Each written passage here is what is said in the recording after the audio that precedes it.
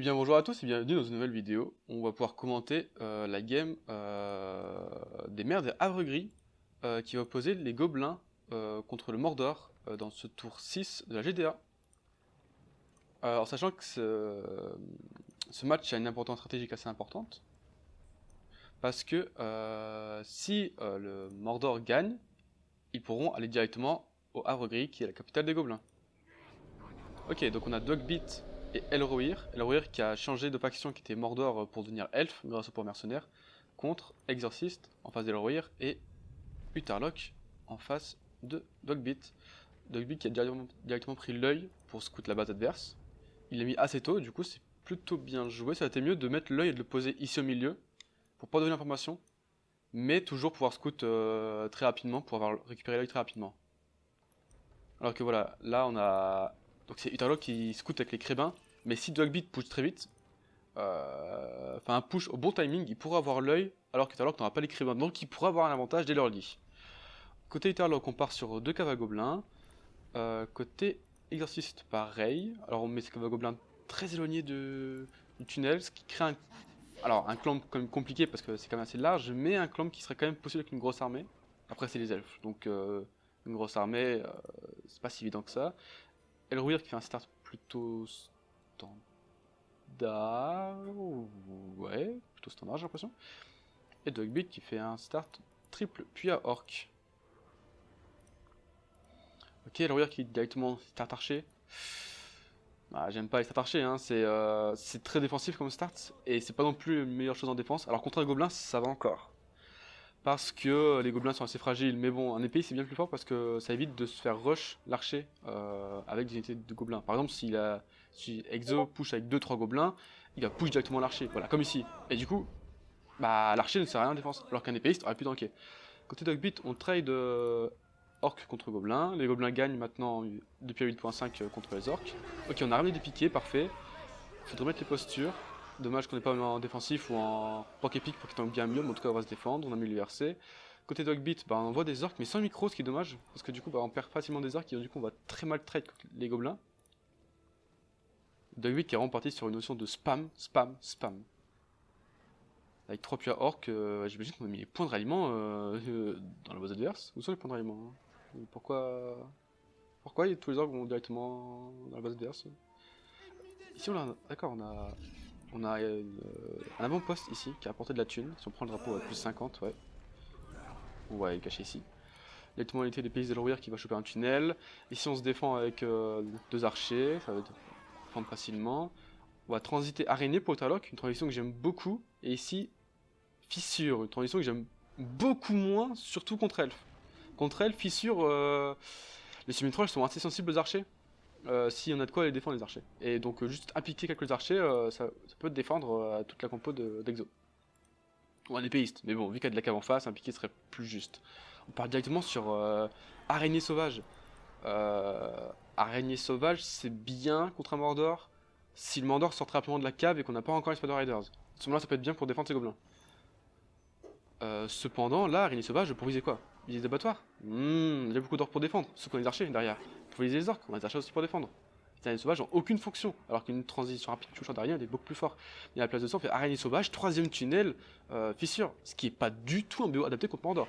Le BO adapté contre Mordor, c'est par exemple 2 caves, rush Spider Riders, et on va écho ces Spider Riders, les tempos, on veut avoir une masse de Spider Riders pour avoir limite 4, 5 et même 6, pour pouvoir tout renverser en continu. Si y a une monture qui spawn, on pourra se défendre avec Spider Riders. Évidemment, si on s'assied, c'est plus compliqué, mais à ce moment-là, il y a un problème dans la partie. Et on mettra beaucoup de pression dans la base du Mordor. Alors que là, le Mordor n'a aucune pression. Parce que les gobelins, il est déjà avec les orques et les archers. Et les petites araignées, il est déjà avec les orques et les archers. Et un peu de piqué si besoin. Et la fissure, orc et archer aussi en fait. On n'a rien qui modifie la compo adverse. Par contre, Dogbeat, lui, il part sur de la cavalerie très forte contre Gobelin. Surtout qu'on est parti sur triple fissure, donc sur de la masse. Et on fait archer. Archer sensible à la cavalerie. C'est très rare de voir archer très fort contre Gobelin. Enfin, avec Gobelin, contre d'autres actions. Les archers Gobelins ne sont pas du tout des archers vraiment intéressants, je trouve. Et là, on suscite son armée au contact de l'elfe. On va tout perdre très rapidement et très facilement. Là, pareil, un Mordor qui a une belle masse. La cavalerie qui est là pour couvrir. Voilà. c'est bien, on esquive les araignées qui prévoient du bloc, on va directement chercher les archers gobelins. Archers gobelins qui coûtent beaucoup de masse, hein, qui coûtent 250, ça coûte 2 gobelins et demi, donc ça coûte très très cher. Attention, on perd quand même sa cavalerie, on pourrait acheter l'étendard pour Dogbeat, comme ça maintenant la cavalerie a fait le taf, on la replie pour la heal. Ok, on perd un archer, mais on garde notre archer qui est niveau 2, c'est plutôt bien. Ici on envoie un push avec un piquet double orc, c'est très bien. Il faut focus un endroit, puis envoyer des groupes d'arrêt sur les côtés. Utherlock qui est très mal positionné. Et côté Elruir qui a écrasé son fight face à Exorcist parce que Exorcist a une compo pas datée. Et maintenant il sort Spider Riders qui est beaucoup trop tard. Et on a déjà une masse d'archers plus un piqué qui pourra défendre. Elruir c'est plutôt bien étendu, on fait des tours et des statues. Plutôt bien, très bien parce que c'est vrai qu'Elruir n'est pas parti cave, il est parti double caserne, ce qui fait qu'il manque de mobilité. Donc des postes avancés de défense est super important pour l'elfe. Parce que l'elfe avec double caserne il est très peu mobile. Côté économique, Utherlock est à 525. Exorcist 500, ils ont l'impression. Hein. 760, donc 750 avec la statue qui donne 10 je crois. 10 points de commandement, donc 750 en termes de ressources. Et Dogbeat qui a 600. Dogbeat qui pourrait peut-être s'étendre un peu plus. Mais qui est plutôt bien. Alors Utherlock semble sortir un peu la tête de l'eau, mais c'est quand même compliqué. Là on part creep, est-ce qu'on pourrait contester le creep avec les gobelins Utherlock? Non, on ne conteste pas, c'est dommage. On a industrie. Est-ce qu'on prend industrie? Alors, ouais, on a introduit le Gothmog. Alors Gothmog est très fort, on va dire. Mais, voilà, si on prend industrie, en fait, on a l'œil plus Gothmog. Ce qui fait qu'en fait, le pouvoir de l'œil est pas super intéressant. Parce que du coup, on aura déjà Gothmog pour tout buff. Alors, on pourra buff la cavalerie et les piquets. Mais sinon, le reste, c'est pas super intéressant. Ou buff un groupe d'Arras. Ou alors, s'il joue très bien, il pourra buff l'armée d'Elruir avec un charisme. Ce qui sera game breaker contre le gobelin. Parce que je sais pas.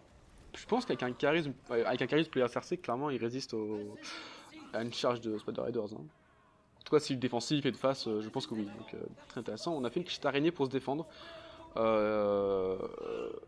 Ouais, ça veut tout dire. Pour se défendre, on est en défense, on est mal. Et ouais, cette araignée c'est fort en défense, mais après bon, on fait Ent et directement c'est le barbe qui va sortir pour mettre beaucoup de pression. On a sorti le pouvoir invocation d'homme sur du pays de Dain, mais petite pause, je fais une petite pause. Mais ça arrange Dogbeat qu'Utherlock sorte ce pouvoir à cet endroit. Pourquoi? Dogbeat est parti sur une transition pouvoir économique. Pas agressif, mais économique. On a un pouvoir 5 et un pouvoir 10 économique, l'industrie. On pourrait avoir une transition de pouvoir agressive, comme RC, œil, terrain souillé. Ce combo, qui est super fort aussi, que je privilégie plus. Et côté Utherlock, on est parti sur donc une compo de pouvoir agressive avec Crébin, Pays de Dain. C'est un choix qui peut être fait. Au lieu de partir sur une compo plutôt, on va dire, économique en partant sur le terrain souillé pour mettre de la pression, par exemple avec un groupe de gobelins, tu mets un terrain souillé sur un abattoir principal, par exemple sur l'abattoir qui est devant ici. Ça pourrait, on pourrait prendre l'abattoir facilement, ça force le terrain souillé chez Mordor s'il se dit ah je veux le contrer. Et derrière on a le pillage qui est super intéressant pour Gobelin, qui va lutter contre l'industrie. Super fort. Mais on peut prendre aussi évidemment un pouvoir agressif côté Gobelin. Utherlock a dû voir qu'il n'y a aucun pouvoir 5 à part l'œil, qui était claqué, et l'œil ça fait un bout de temps qu'il l'a pas vu, donc bon. Maintenant je pense que Dogbeat c'est pas trop mettre l'œil, mais du coup il a l'information que si Utherlock a 10 points de pouvoir, Dogbeat doit sûrement avoir 10 points de pouvoir, parce que Dogbeat est devant, Utherlock doit le savoir. Dogbeat est clairement devant, donc il a industrie depuis un bout de temps. S'il veut prendre un pouvoir agressif, à vrai dire, j'ai envie de dire, ça sera beaucoup plus intéressant de sortir ce pouvoir agressif pour péter justement le pouvoir économique de Dogbeat. Donc de chercher avec son crébin ou avec un gobelin ou n'importe quel pouvoir, ou solution pour trouver en tout cas où est l'industrie Dogbeat pour la chercher. Super important. Alors que là, il est mis en agressif. Ce qui fait que, évidemment, Utherlock va respirer un petit peu. Mais Dogbeat, on a déjà lancé les bûchers, on a industrie, on a que 600. Est-ce qu'on n'a pas déjà cliqué sur une bouche sonde ou un Nazgûl? Je sais pas. En tout cas, on pourra cliquer sur un gros héros, une grosse transition. Même une Maquille peut-être. On voit que la compo est ultra diversifiée, et contre une compo ultra diversifiée d'un gobelin, une Maquille c'est une bonne solution. Surtout qu'on a semi-troll, archer, gobelin, voilà, une très bonne solution. Donc en fait, là, à part si Utherlock fait ultra mal, il va se prendre une revers de la médaille, mais comme jamais. Il va se faire punir. Parce que 66. Hein. Là, Interlock, c'est son moment pour faire ultra mal. C'est maintenant ou jamais. S'il fait pas mal à ce moment-là, c'est mort. Techniquement, c'est mort. Alors par contre, là, il fait mal quand même parce que Dogbeat il protège pas du tout ses archers par les piquets, il sacrifie ses archers. Ses archers, c'est comme. Orc, c'est comme les archers gobelins. Ça coûte de la masse, donc les perdre, ça fait très mal.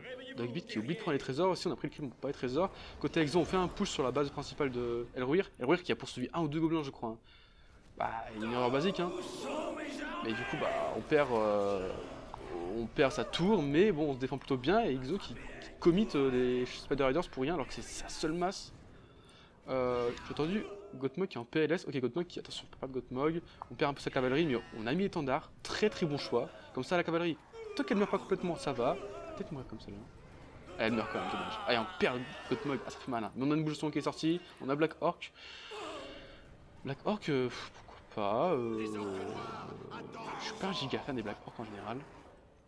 J'allais dire pourquoi pas. J'aurais préféré bouche de son Gothmog. Avec limite, pourquoi pas Archer Adrim. Hein. Archer Adrim qui pourrait counter les Spider Riders. On part sur un deuxième Paladin, donc un qui fait Archer Adrim, un qui fait piquer. Et là, on a une bonne coupe. Hein. Voilà, exactement. Elruir qui met de la pression sur la base de l'exercice avec Lent. On a mis le terrain souillé côté Exo pour se défendre. Alors j'imagine qu'en partir c'est un pouvoir économique sur le pillage. Mais le problème c'est que honnêtement pour Exo partir pillage là c'est compliqué. Parce qu'il est mal. Alors il faut très bien se coordonner, mais Interlock doit défendre l'exercice. Parce que là l'exercice il va juste perdre. On a fait Arwen, on a fait Aldir. Les héros sont plus intéressants, surtout contre Sumitroll. Comme ça, parce que tant qu'ils sont pas améliorés, on pourrait les tuer. Par contre, attention à Azog qui est là, qui va très très mal. Parce que Sumitroll plus Spider Rider, c'est quelque chose qui fait vraiment XP les héros comme t'arrives. Alors, niveau 3, déjà niveau 4, bientôt niveau 5. Là, on met de la pression côté Utherlock. Utherlock met beaucoup de pression pour l'instant. En même temps, il a repris l'avantage avec son pouvoir 10. Comme on dit, c'est maintenant qu'il doit faire mal. Mais voilà, bouge de son qui fait plaisir, qui est déjà niveau 4, hein. Ça va faire très mal ça. On a pris Spider Riders, Spider Lings, les petites araignées. Pourquoi faire hein Ouais, ok, on va essayer de viser Lent. Alors on est plus sur une valeur tactique que stratégique, donc on est plus sur une vision de très court terme que long terme.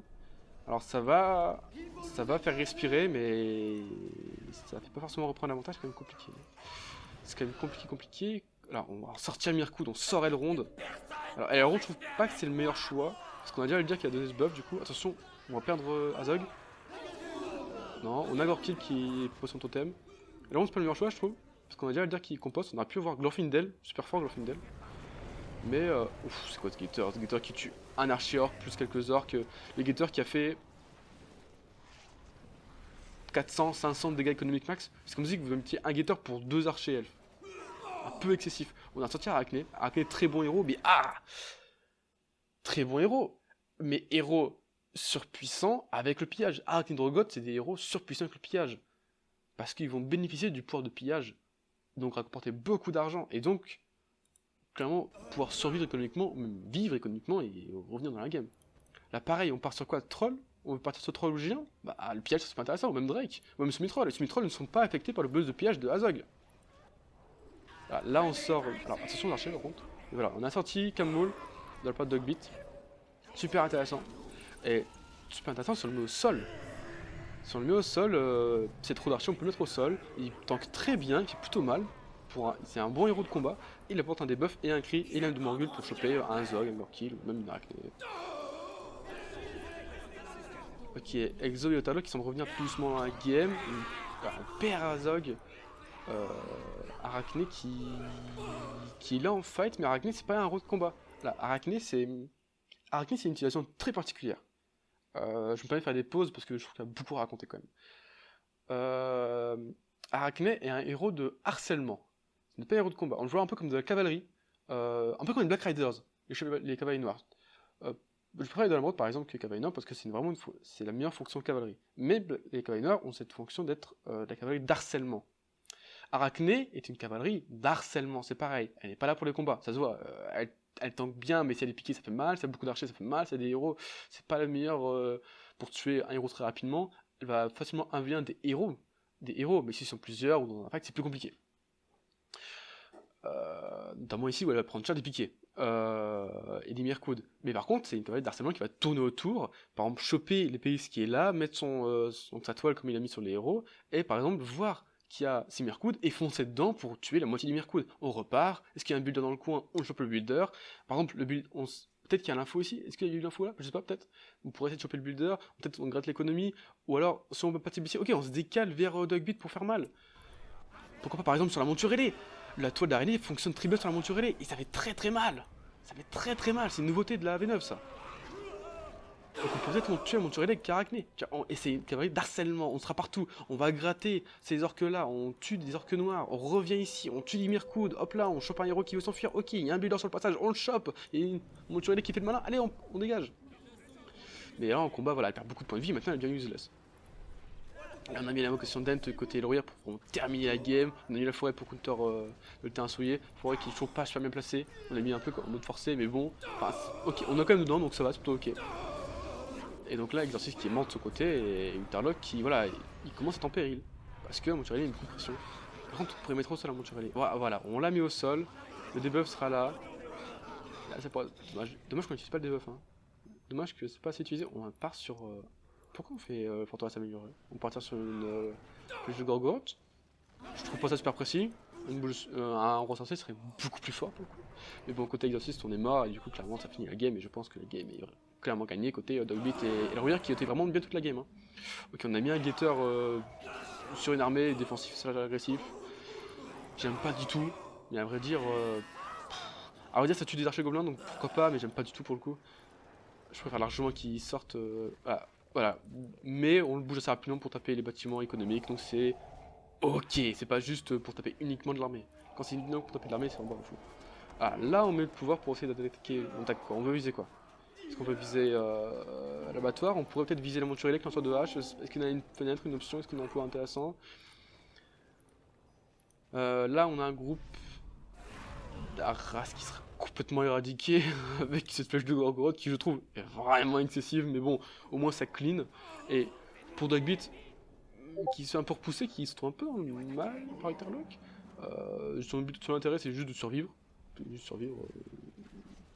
Attention à Monturelli, hein. Monturelli qui est quand même sous les chaussures d'araignée, sous la tour, sous la forteresse, qui est peut-être passé sous le niveau 3, qui est un peu bugué à cause de la forteresse. Attention, on perd la Monturelli. Hein. Du coup, Dogbeat qui se retrouve pas très bien dans la game, hein. Il fait des mauvais choix, mauvaise prise de fight.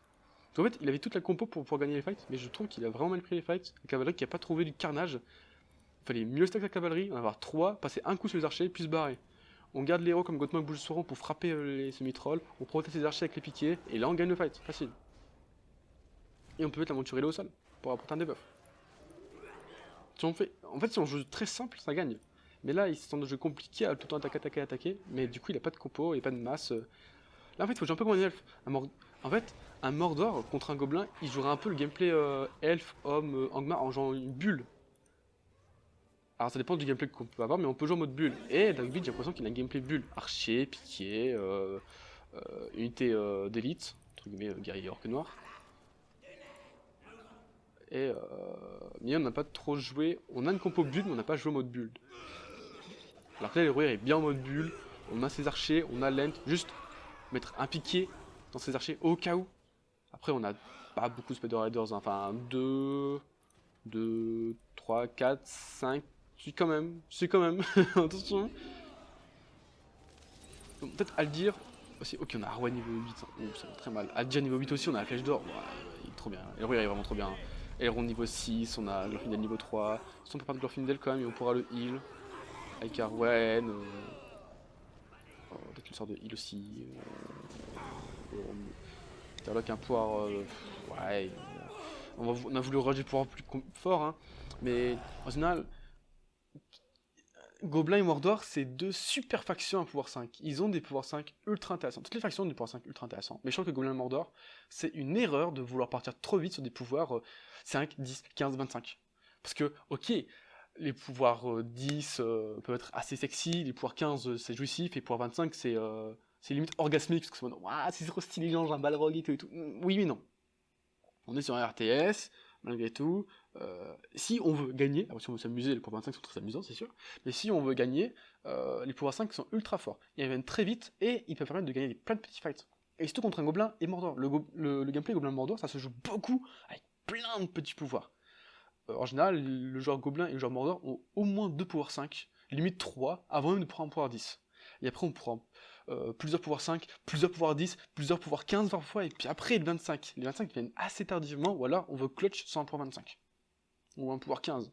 Mais en général, on a plein de petits pouvoirs. Parce que c'est plein de petits fronts, de harcèlement, plein de petits combats. Et Utherlock, je pense que ça aurait grave aidé Utherlock de prendre un cri de guerre pour ses semi-trolls.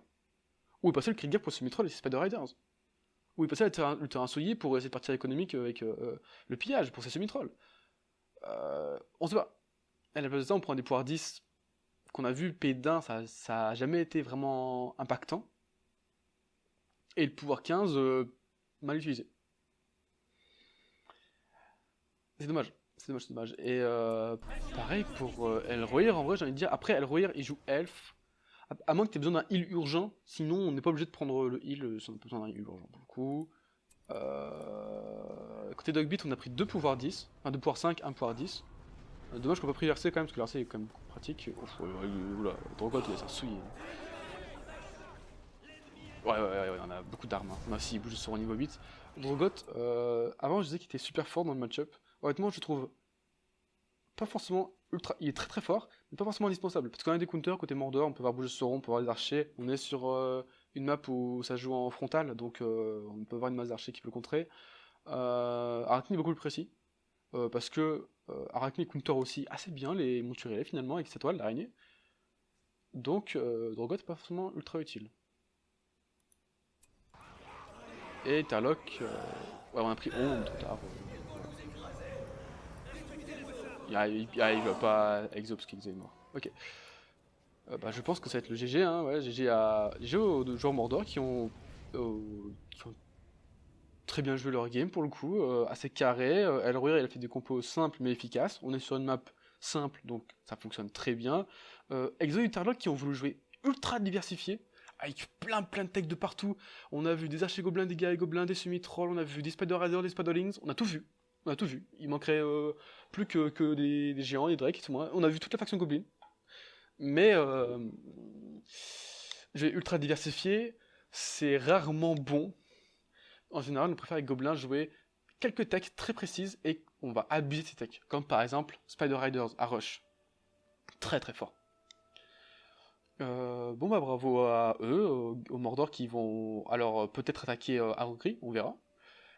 Merci d'avoir suivi la vidéo. C'est un match que j'ai beaucoup aimé commenter. Si vous avez aimé, n'hésitez pas à laisser un pouce bleu et je vous dis à plus pour un prochain commentaire. Ciao ciao.